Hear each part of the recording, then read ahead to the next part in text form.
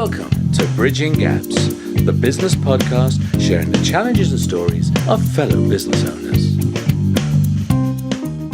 Hello and welcome. Today I'm joined by Pete Wilkinson of Reclara. Pete is the founder and CEO, and Reclara is an SAS business. And we'll learn more about that and also the speaking and other things that Pete does as we go through the conversation. Hi, Pete. How are you? I'm very well, Deb. You all right? I am very well, thank you. Apart from the interesting video issues we appear to be having on my side. Yes, I understand. Yeah, but apart from that, everything's good. Everything's good, yes. Pete, do you want to start off just by telling us a little bit about Reclara and what it is? Yeah, okay. So Reclara, if we start with the name first, so the name Reclara comes from Spanish. So claro in Spanish, it means clear. So the idea of the business is to help ambitious business owners and their teams to remain clear about what they should be doing. And so we're trying to emphasize the importance, Deb, of not just working hard, of working hard on the right things. So my wife and I have this lovely little house high up in the Valencian mountains, and we spend a lot of time in Spain. And the more successful I become, then the more time I'm going to spend there. So that's where the sort of connection to the name comes from. So the software itself is it's the foundation of it is my 135 action plan system. And I created that many years ago and began speaking about it and consulting on it and then doing workshops and wrote a book on it. And then after a while, it became apparent that there was limitations in people using PDFs with the system. So during 2017, I went out and managed to persuade some angel investors to come on board, invest some money, give some shares up in the business. We launched that, and then in 2018 got some good customers, then had some technical difficulties with the software, which it's never plain sailing. And then 2019 now we're in the middle of getting traction and starting to really drive the business. So when you say you sort of using it is using your 135 action plan, and it's about businesses having clarity. Is the software supporting planning, or does the software do something for you? Yes. So what the software is it's a performance enhancement tool. So what would happen would be the chief exec of a business would build their own 135, and we can support them to do that. That's their 135 action plan, if you like. And we're getting more and more people do this for a shorter time frame, say 12 months, maybe 18-month plans. So the first thing would be that the chief exec would build a plan for the overall business. And then what we do is we help them to radiate that out to the next level, which will be the leadership team. So if you can visualize a circle in the center, which will be the CEO, they have a 135, then it radiates out to maybe another 4 or 5 members of the senior team. They have a plan. Then it radiates out to the management team. So what the software does is it holds everyone's plan. It has a very simple dashboard to show people what goals they should be focusing on as they achieve their milestones. The goal moves forward in increments, which then moves the objectives forward in increments, which then moves the vision forward in increments. So it's a very, very simple system of aligning everyone so that a business doesn't end up having beautiful people looking like fireworks going off in different directions. It provides a very simple way of making sure that the teams are focused, they're aligned, and they are delivering rocket fuel results. So that's what the system is. That's what the software is. So does that mean that, so as a CEO, I come in and I say, I want to achieve this. Here's my action plan. And by the way, Pete, therefore, that means you need to be working on this, this, and this. So I've got as your next tier, or as the next tier of management, clear on what your objectives are to help deliver the overall plan. So we've all got our own activities aiming towards the same objective. Correct, yes. Okay. So, ultimately, it makes it very transparent, and it's obvious for everyone on the system to understand what goals they're working towards, which are going to move the dials on the objectives to achieve their vision for their own department or their own responsibility. And they'll be able to see there's a link directly to them moving the dial with their line manager, which if you were a sales manager, you'd be connected to the sales director, and then the sales director would be connected to the chief exec. So that's how it works. And it's in real time. It's a web application. So it's on a phone and a tablet, a laptop or whatever. You access it anywhere. And it's all in real time with very, very simple dials. And in simple terms, Deb, if you had a 12-month plan, you'd expect your vision to be 25% by Q1. Quarter one, you'd expect to be 50%-ish by halfway through the year, 6 months. You'd expect to be 75. And it's an indication. And if somebody is on plan, it's great. But if you've got a senior team of 5 people and 2 of them are way off pace at the 6-month part, well, you've got a problem coming. So you need to address that. So it shows you in real time how you're performing. And it's very motivational for someone to see when they tick a goal, the goal moves forward a small percentage. That then the algorithm then moves the objective forward a little bit further, and it moves the vision a little bit further again. So you can see it very, very progressive. And it's a very, very simple system. So it saves time, provides clarity and transparency, and ultimately it aligns people, builds focused teams. That's the idea. So because you've mentioned the 135 action plan. Yeah. And that you were delivering that before. And, yes. I love the sound of the tool, to be honest. My background is project management. So I love the idea of that visibility and everybody seeing where they're going. But what is, just in summary, the 135 action? Yeah. So I did, going sort of way back, I did an MBA at Newcastle Business School many, many years ago. And love business and love strategy, but did feel that in some areas it was being done to death. And it was extremely detailed. And I think on occasion, that level of detail prevented execution because there was very, very detailed, lengthy plans, but people weren't using them day to day, week to week, month to month in their business because they weren't opening the drawer, getting a 65-page business plan out before they made a decision, So they were doing the plan, and I absolutely need to do the plan, but then it was getting locked away. So when I finished business school and started running my own retail business, I decided to come up with a very simple system. I actually tried it first when I was using it in IronMan, and had a very simple plan, and then it developed from there. So the 135, the one part is a very simple vision, which just clarifies where you as an individual are going to go in the next 12 months. So if you were the chief exec, Deb, you would have a vision of what success looks like within your business for the next 12 months. That would be vision. The 3 are 3 mission critical core objectives that sit beneath the vision. So we're chunking it down from that's where we're going to go in 12 months, and these are the mission critical objectives. And in most businesses, Deb, we find that those 3 objectives are around the strategy objective, the operations objective, and the people objective. So, we've got a strategy to grow, we've got an operation that can deliver that strategy, and we have great people doing the right job in the right place at the right time to deliver the operation to achieve the strategy. So that's what we would normally have. The 5 is chunking that down to another layer, which is 5 goals for each objective. So it's 1 vision, 3 core objectives, and 5 goals for each objective. And that's what a 135 is.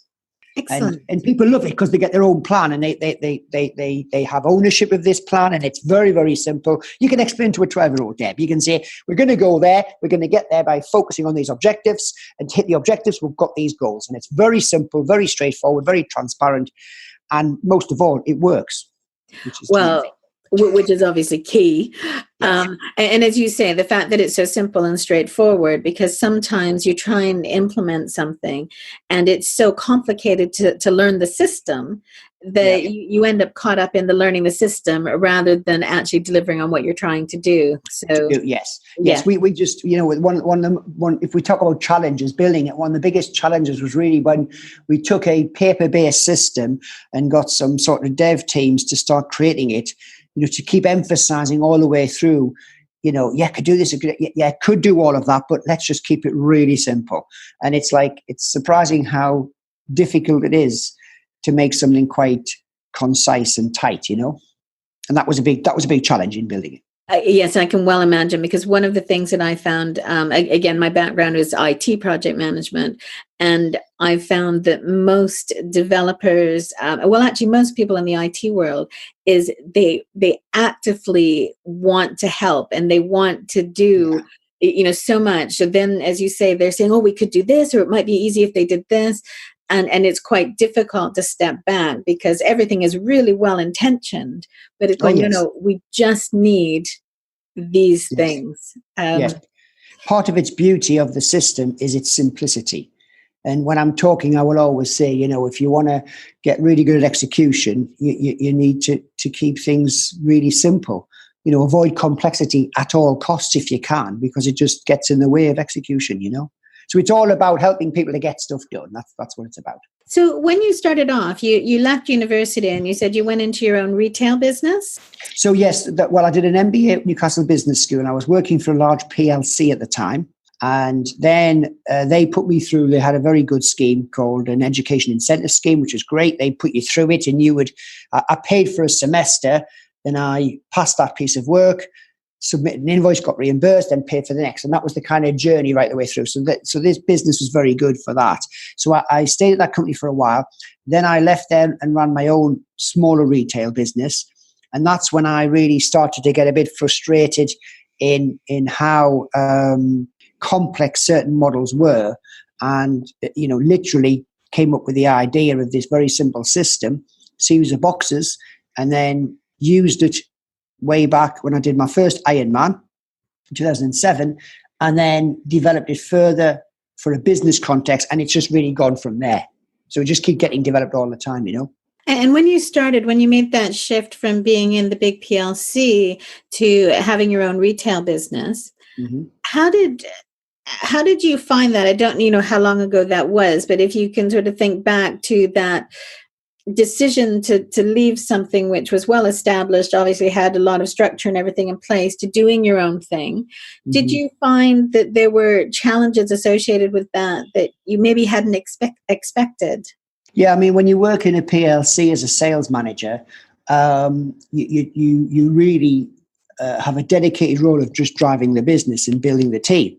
When I went into my retail business, I still had to do that, although it was a very smaller team. At the PLC, I was managing 300 people with a fairly chunky target, a £30 million target. When I went to my own business, it was a lot smaller. But what I quickly found out was that I was going right the way back to basics in terms of I was in charge of sales, operations, stock, ordering, displays, delivery. I had to wear many, many hats. And I think that was probably the biggest learning at that time, was going from a well-supported, we had a payroll department, an operations department, finance department, technology department, and then you go to a micro business when you're starting out, and you have to do the whole gambit. You're wearing many, many hats. You're head of sales, head of ops, head of cleaning the toilets, head of everything. And that was a big shift. And did you find it so a number of people I've spoken to who have sales backgrounds have come out of a corporate career and saying, I was a top salesperson, I could sell anything. And then what they've actually found is that when they've started their own business, that because they're now at whatever level it is, even if you're selling a product, you're now selling on your own behalf, that it suddenly became and felt a lot more difficult than they expected. So somebody with no sales background is kind of shell-shocked. And the people who had a sales background and thought they could sell anything are sometimes a bit taken back as well. Did you find any challenges in that area for you, or did that just flow naturally? It was quite natural, because when I was at the retail business, the PLC business, I did start there as like sort of a part-time person. So I went, part-time, full-time, supervisor, deputy manager, assistant manager, manager, senior manager, area manager, sales manager. So I literally went through the whole business in 8 to 10 years. So I held every position. I think it would have been harder if I'd come in as a senior person in that PLC and then gone back, So although it was uncomfortable, doing everything and difficult, it wasn't things that I hadn't done before. When you're starting off in that particular business, retail, you're giving an area to look after in the store. Let's say it's washing machines, and that's your responsibility. Then you start looking after all the white goods. Then you start looking after the store, and you expand. So I'd gone through that, which was slightly easy for me. So that wasn't really a big shock. So it was more the wearing all of the hats. All the hats. That was more of a challenge, because you'd been slightly, very well supported in the PLC, and you were a bit because it did. You know what I mean? It was comfortable to have everybody who could just do things for you. To make you want a new campaign, you can go out and talk to marketing. In a micro business, you do it yourself, you know? Well, and even I remember, I was doing a lot of business travel. And when I did my first flight, and I think it might even have been personal, but after leaving that last corporate, it was a bit of a shock to the system to suddenly realize that I had to figure out how to get to the airport myself, because I was used to a car just turning up at an agreed time, taking me, and just all those little things that you take for granted. Yeah. It becomes the norm, doesn't it? It's like anything, isn't it? You know, exactly. You know, there's lots of tools we have now that we just accept and just think that's the norm, where it wasn't long ago they weren't available. So it's the same sort of thing. Exactly. You know? So how long did you have, or do you still have the retail business? Or I ran that for about 7 years, and that was that moved on from that in 2009. And then 2009, I decided that I liked retail but didn't love it anymore. So I moved into the area that I really do love, which is helping, developing and growing people. I've always done that as a major part of my role, building teams, coaching, mentoring people, even before it was called coaching and mentoring, going back in the 2000s and the late 90s and stuff. So I then decided to go, right, okay, well, I don't love retail anymore. So I began with some coaching clients and doing some professional speaking, which started in 2009, the end of 2009. And that grew fairly well for 3 or 4 years. And then 2013 was a funny time, because my wife gave me a deadline of September 2013 to get my finger out, or in my eyes, move to the dark side, which is to go and get a job. Because it was working okay, but it wasn't really working that well. And then 2013, it was September, I went to a organization called Vistage, which is one of the world's leading chief exec organizations, and went through their selection process to be a speaker for them, in terms of you go through a process, and then if you are successful, and many aren't, but if you are successful, then you, depending on your abilities, you get bookings from them to go and speak to their chief exec groups around the UK. And that first one was in November 2013. 2014, I was very busy with them. And then I was fortunate and grateful to win some awards. And what that did was that kind of raised the profile. So I was an outperformer, which means you get exceptional scores for 2014, 2015, 2016, 2017. So then that just really took off, and that brought in the opportunities for keynote speaking, more consultancy clients. And that's really where we were going for the last sort of, since 2013, 2017, 3 or 4 years. And then 2017 is when we really start to get the grips of what a software business could look like. So basically taking the model from not back of the fag packet, but virtually that, to writing a book, to creating some content, to developing workshops, to doing some keynotes, to winning awards, to getting consultancy clients, to eventually where we are now, which is building the software business. So how did it feel when you'd gone from being in the big PLC and had been very successful there, you'd gone into your small retail business and you'd built that up, and from the sounds of it, that had been successful. And now you've stepped out of that, you've moved into something that you love, and initially it's not working brilliantly, to the point that your wife is saying, come on, something's got to move. Yeah. How did you find that in terms of just, I guess, dealing with it? So obviously the shift then happened when you went to the CEO organization, but prior to that, how was that feeling? And, were there any particular challenges you faced or difficulties, I suppose? Yeah, there was. I mean, it's sometimes, Deb, it gets bloody tough. And it was bloody tough, for a good period of time. The mortgage had to go interest only, couldn't pay all the mortgage. One particularly dark time was taking birthday money from my younger daughters to pay an electric bill. That's how bad it got. And that was the point where Sharon's, my wife, saying, right, you've got till September, because if this thing doesn't turn a corner, then we're gonna have to get a job and go back into corporate, which I didn't want to do. So it was almost that we got, it's like one of these cheesy things in, the darkest hours, the hour before dawn. And it really did feel that that like, if you believe in this stuff, the universe is like, right, the guy's gone through everything. He's not going to quit. Now turn the tap on. And it literally felt in 2013, end of 2013, that the tap was turned on. And then, first next year winning an award for outperformer. That just means that you become one of the guys that, rises to the top, that you become noticed, which then brings more work. And then you win another award. And then, so, I won 7 awards in 5 years. So it just took off, but it got very, very tough before that point, very, very tough. Luckily now we're paying the mortgage, but at the time it was interest only. Very difficult. And that's the reality, isn't it? Sometimes. Exactly. And did you pay back your daughter's birthday money? Yeah, no, well, it was their birthday money to me to buy something. So I couldn't actually buy something for my birthday. I had to use it to pay the electric bill. Yeah.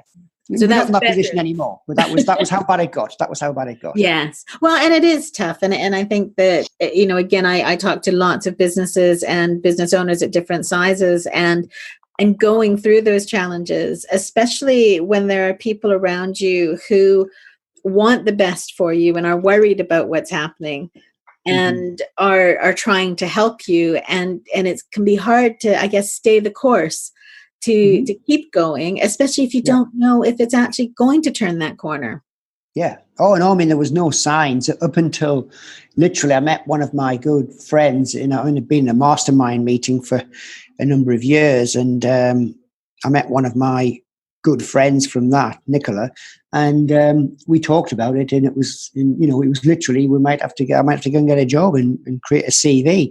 Bloody hell, I hadn't been interviewed for about 12 years at that point, And that was it. And it was literally going to see this organization. It was just a catalyst, and and then the next stage just, and we just took off. And since then have been phenomenally busy, which is great. It's excellent.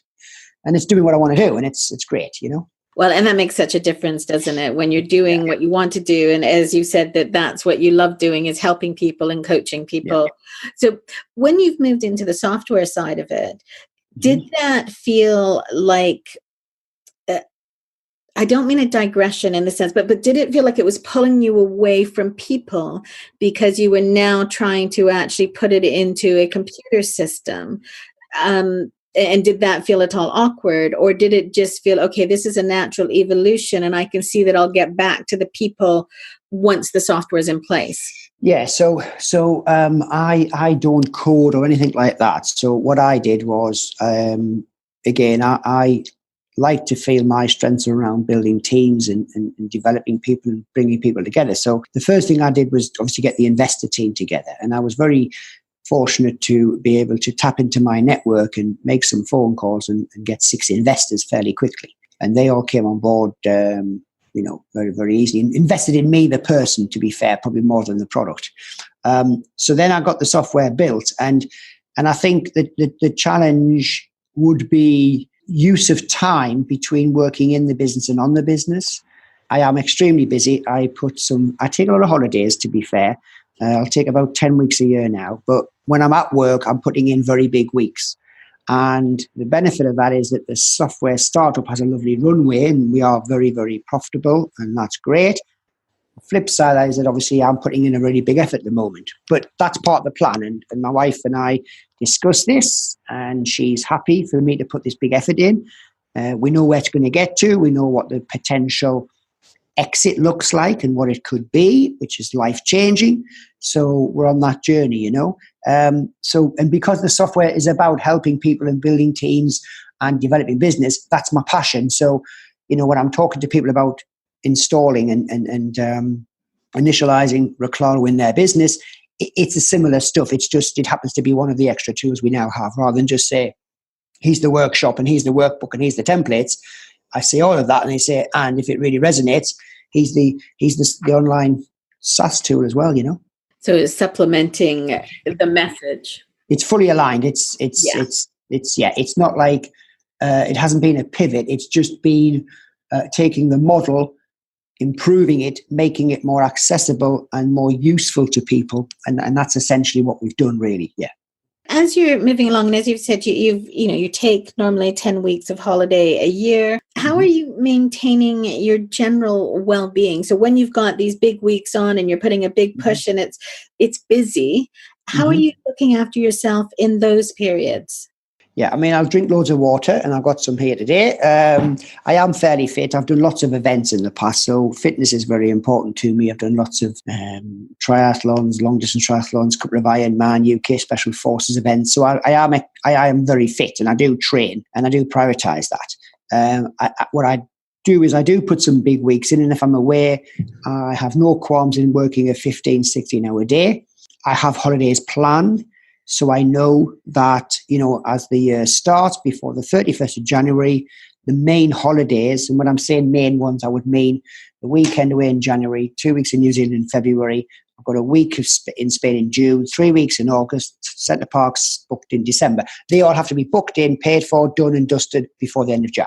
So what that does is allows me to know when I can put the big sprints in, the big efforts in, because I know when the reward's going to come. So that's very important to me. And then I make sure I get enough sleep. So I read a book by Matthew Walker, Why We Sleep. And I do get enough sleep. So I'm in bed 95% of the time for 8.5 hours. So I'll probably sleep 8. So that's important. But, do I get it right all the time? Absolutely not. Do I sometimes feel a bit tired when I've done I was working just this week, full long day. Then met the client on the night time for dinner, went to bed a bit later than normal, up the next day, full day with their team. It was a fantastic day and they loved it. Then traveling home, then getting home at 11:20. That sometimes is just what it is. But then me and Sharon, in addition to the holiday, we have a little thing called sneaky days.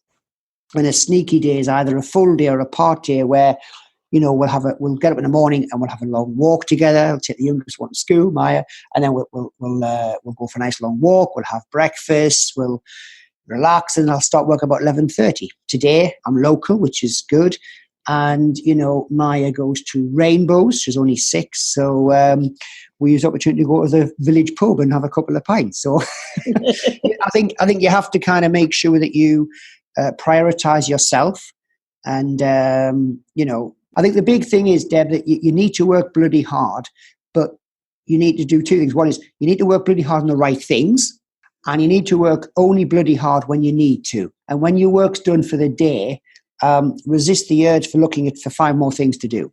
So if I'm done, I've got some tasks in Reclara today, and once they are done, the last task is to send the investor email out. Do an email every Friday to the investors. Once that's done, and if I'm done by 4:00, then today that's me done.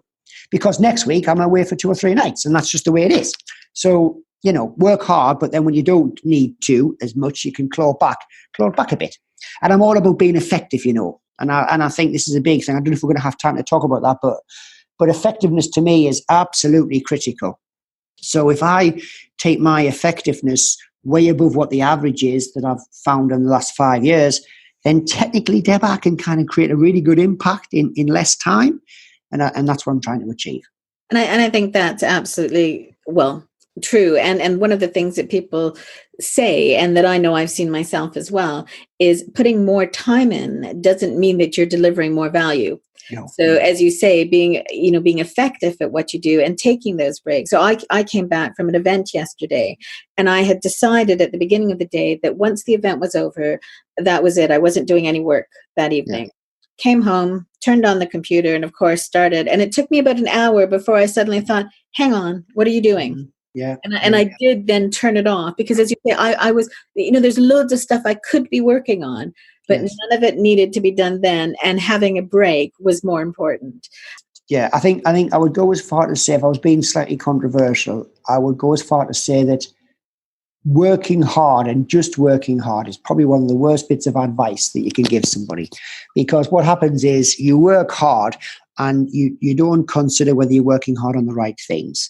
So, I'm fortunate that I've worked with thousands of business owners, and, I see some of them working bloody hard, and it's not the right things. And the reason we always talk in Reclara about being effective, not being efficient, is because there's lots of people efficiently doing the wrong bloody things. They're really efficient at wasting time with email. They're really efficient at being on social media first thing in the morning before they write their own goals out, and then thinking, oh, my heck, it's 10:15. Where's this couple hours gone, So for me, the concept of working out what you should be doing, when you should be doing it, having some sort of simple plan, no matter what it is, and then doing that thing, then ticking it off, seeing it progress something, whether that's a dial, a dashboard, a traffic light system, whatever it might be, and understanding that you should be doing today's work today, don't do today's work today and then start next week's work today, And for me, that's working, and that's working for all our clients, all our customers in Reclara. It's working for them because you've got to understand what you should be doing and do those things, not just stuff. And I think that's the problem. And sometimes being reactive as well. Something comes in, and I know a client of mine, when I was working more in terms of, I guess, dealing with or speaking with people who had overwhelm or who wanted a sounding board. And I can remember one of those clients saying to me, that emails were a problem. And I said to him, well, to be honest, I've been stunned at how quickly you respond to my emails, because I don't expect to send an email and get an answer right away. And it was really difficult for him. And we talked about it and agreed what he would do to say, actually, I'm going to check my emails when I get in, and I'm not going to check them for another 2 hours. And I think he built it up to 4 hours eventually. But it was really difficult. So he was putting this extra pressure and work on himself to answer right away, when probably nobody, except if they'd been working with him for a while and assume that's what he would now do, really expected an instantaneous response. So we build up this extra pressure, don't we? Yeah. And what we do is, without realizing, with email especially, we create unrealistic expectations in people. So you respond to an email after 4 or 5 minutes, and then one time you can't do that, or you choose not to, and the person goes, geez, I emailed Deb and it's been 4 minutes, she hasn't come back yet. And they'll send another email. And then there might be a text or a WhatsApp message or whatever it might be. And it's because you haven't managed the expectations properly, and you've just allowed these. I mean, people still have pushed. It's actually staggers me. It staggers me that people have push notifications still. So they're working away on some important thing, and then it just beeps on the side of the screen, and naturally you're drawn to it. And it staggers me. For me, it's about time blocks. It's about knowing what you're going to do, putting some sort of structure. Jim Collins talks about the discipline, having that discipline, what you're going to do. I spent a lot of time a while ago. We talk a lot about habits, and the big habit I worked on quite some time ago was personal organization, just getting really good at how I spend my time, not trying to control the time, but controlling what I do with the time available. And it's been a game changer. That's why I can take 9-10 weeks holiday, because when I'm at work, I'm on it. And then when I'm off, I'm relaxing, drinking loads of wine in Valencia, Which sounds very lovely. It is very lovely. Sitting on the veranda, looking at Sierra Mariola, which is the mountain range the house looks onto, sitting, drinking strong, full-bodied red wine produced at the local bodega is a beautiful way to spend your time. Just what you're aiming for. So that is the aim, is once you've exited or get to that point with Reclara, is to spend loads more time in Spain? Yes, it is. Yes. And travel, there's lots of things to do. I can see it very appealing to drive around Europe in a beautiful car, stopping at 5-star hotels and chateaus and castles, having fine food. I think it's a lovely way to spend your time. So yes, I'll be doing more of that. Absolutely. I couldn't agree more. I drive over to France to see some friends of mine, and I choose to drive. I don't stay in the 5-star hotels at this point, but it is still just so nice. And I will choose a scenic route. I don't tend to slow it down. Yeah. And it's lovely. Yes. I think for me, one of the big outcomes for me is about time and money freedom. I want complete time and money freedom. I don't need to be the richest person in the world by any stretch, but I don't ever want to have the time to do something, but not the money, or the money to do something, or not the time. So that's the master plan for us. And that is a great plan, because I think people often get caught up in needing, it's almost you need the money to be seen as successful. And actually phrasing it and putting it into that context, which is, I want to have enough money to do the things I want and enough time to do the things that I want. And it doesn't matter, because that number could be different for you compared to me. And we can all be successful at whatever level is right for us, rather than it having to be, I'm the richest person in the world, or the richest person in Yes, in an area. Yeah, that really doesn't interest me at all. I mean, I've worked out my numbers. I know how I want to live. I know what that's going to cost. I've kind of worked all that out on some elaborate systems. So I know what we need to do to get there. But yeah, I'm not remotely interested in being one of the richest people in the world, financially wise, money wise. What I am interested in is having complete time, money freedom. So if I want to do something, I have the money and the time. I've seen people who've got the money to do things, not the time. I see people who've got the time to do things, but not the money. So for me, that's what we're going for. So if you were talking to a new business owner or somebody who was considering starting their own business, particularly if they were starting off leaving a corporate career, if they were leaving something that had established and given them a certain lifestyle, what advice would you give them? What would you say to them as, you must do this?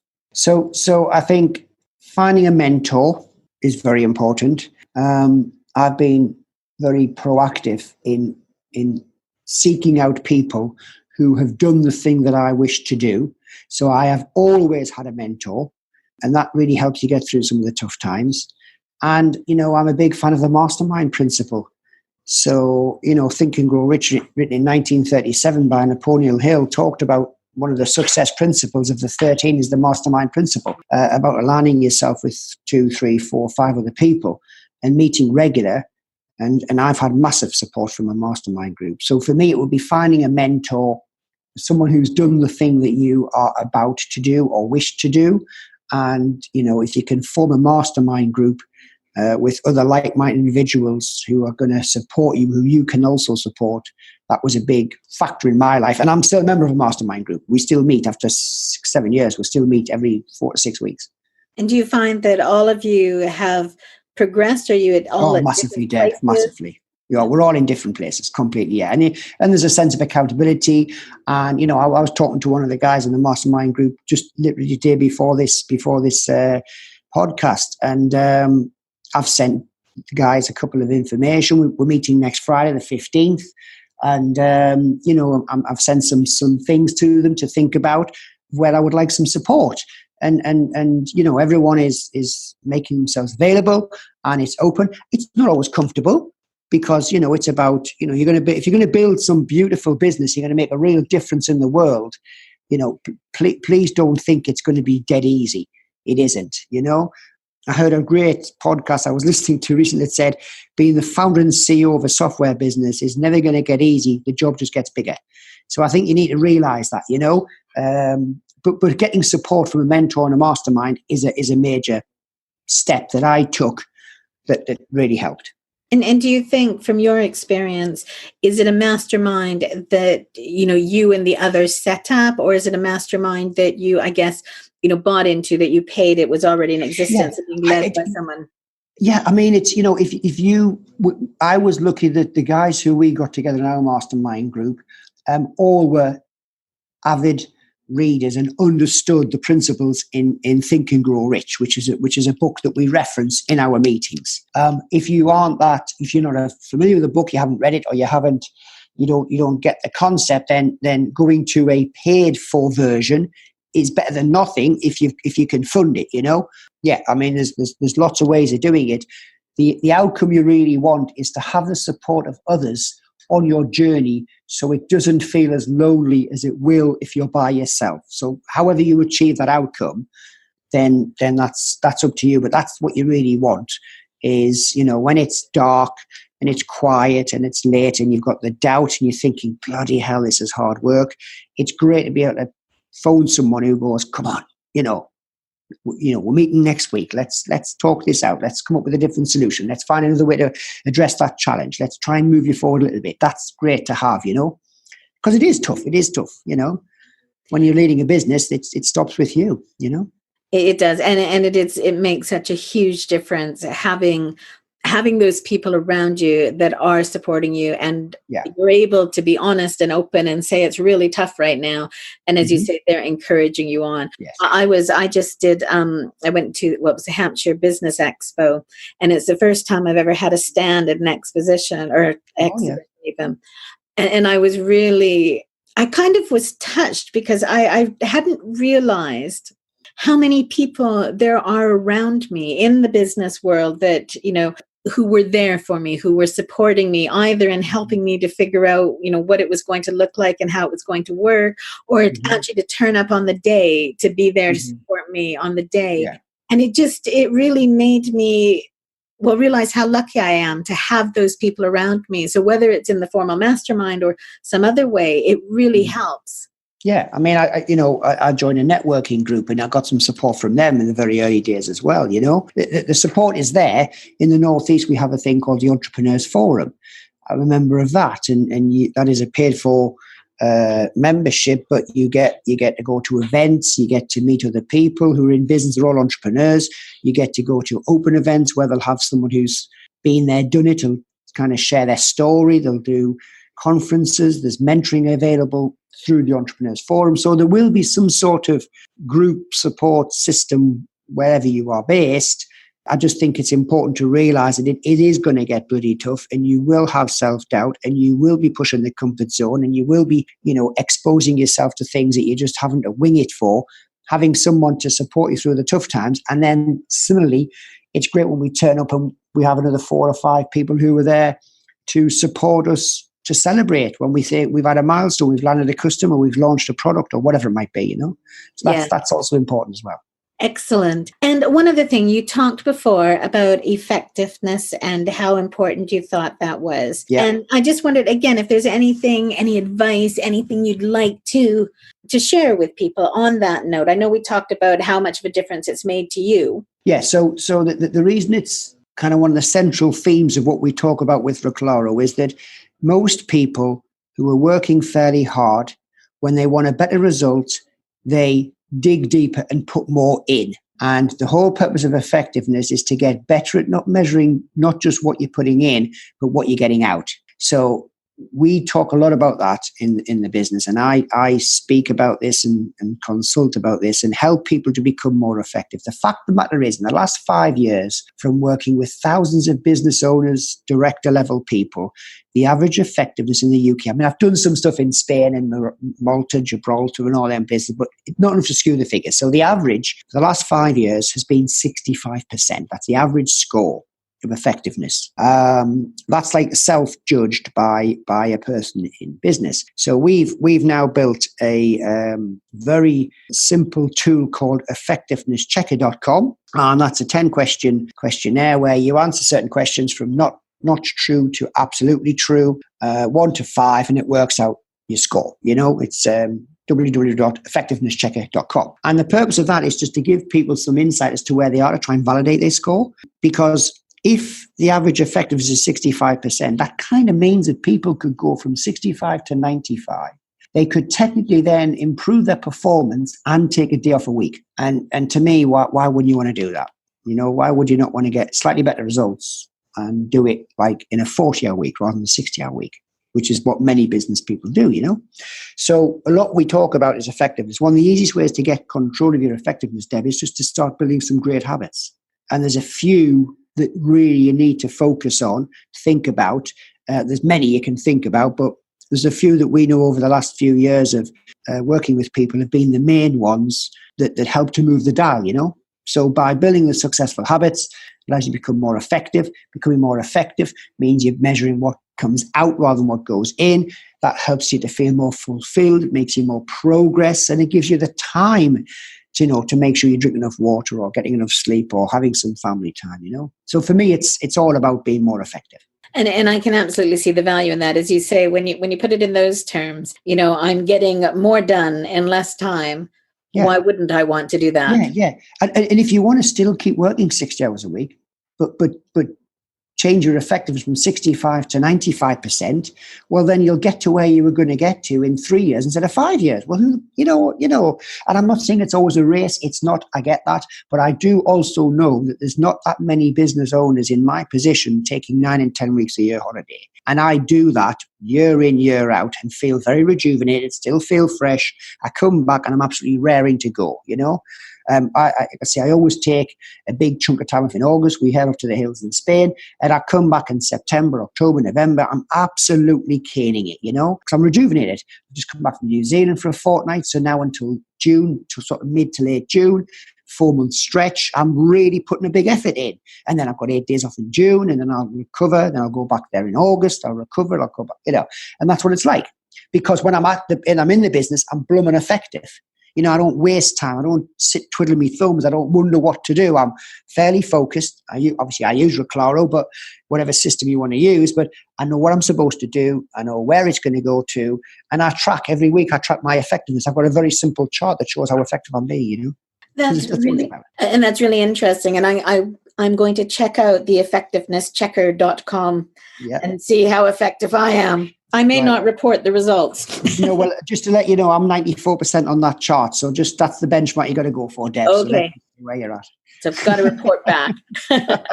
Yeah. That is really wonderful, Pete. It's been really lovely talking to you. Is there anything, or are there any sort of final things that you'd like to say to anybody listening?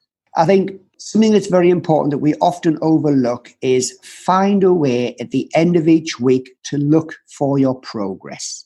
So please avoid on a Friday, if it's your last working day, please avoid finishing the week going, another bloody week I didn't get that done, and another week I didn't get that done, because that's going to make you feel unfulfilled. Please, at the end of the week, spend a couple of minutes sitting and reflecting and thinking, what have I achieved this week? Where have I moved the dial? What's moved forward? You want to try and finish the week focusing on how far you've come rather than how far you've still got to go. Doing that, I know, will allow you to see the good that's happened, because often you discount it. And high performance people are real buggers at this, Deb. They finish the week, they've moved the dial, and they don't give it any consideration at all. They just go, I've still got to do that, still got to do that, still got to do that. So what I'll do last thing tonight before I knock off is I will spend a little bit of time, not long, a few minutes. And as you do, it's like most things, you get in the way of doing it, so it becomes easier. And I'll go into my system and I'll just start to record the progress I've made. Because yes, I've still got a long, long way to go, but I've still moved the dial this week. And having that sink in, the 3 things I talk about is identify, acknowledge, and then reward yourself for your progress. That is lovely, and a really great tip, because as you say, it's so easy to ignore what we've achieved or just not see it. Not see it, yeah. Because once you start doing it for yourself, Deb, as you build a team, and maybe you're a start out person now, and then you're just a one-man band, one-person band, and you're by yourself. But as you build a team and get some people around you, you need to condition yourself to look for the progress they're making and how far have we come as a team. And I think it's really important to spend time looking at where you were to where you are now and letting that sink in and feel good, rather than where you are now to where you're going to get. Spend a bit of time looking back and just letting it sink in. Do you know what? I have had a good week, and let that sink in. That is very lovely. Thank you so much for joining me. Yes, thank you. Good stuff. If you're interested in learning more about podcasting, visit bridgeroadconsultants.com/events, where you'll find all of the different courses and events that I run. You've been listening to Deborah Levitt on Bridging Gaps, the business podcast.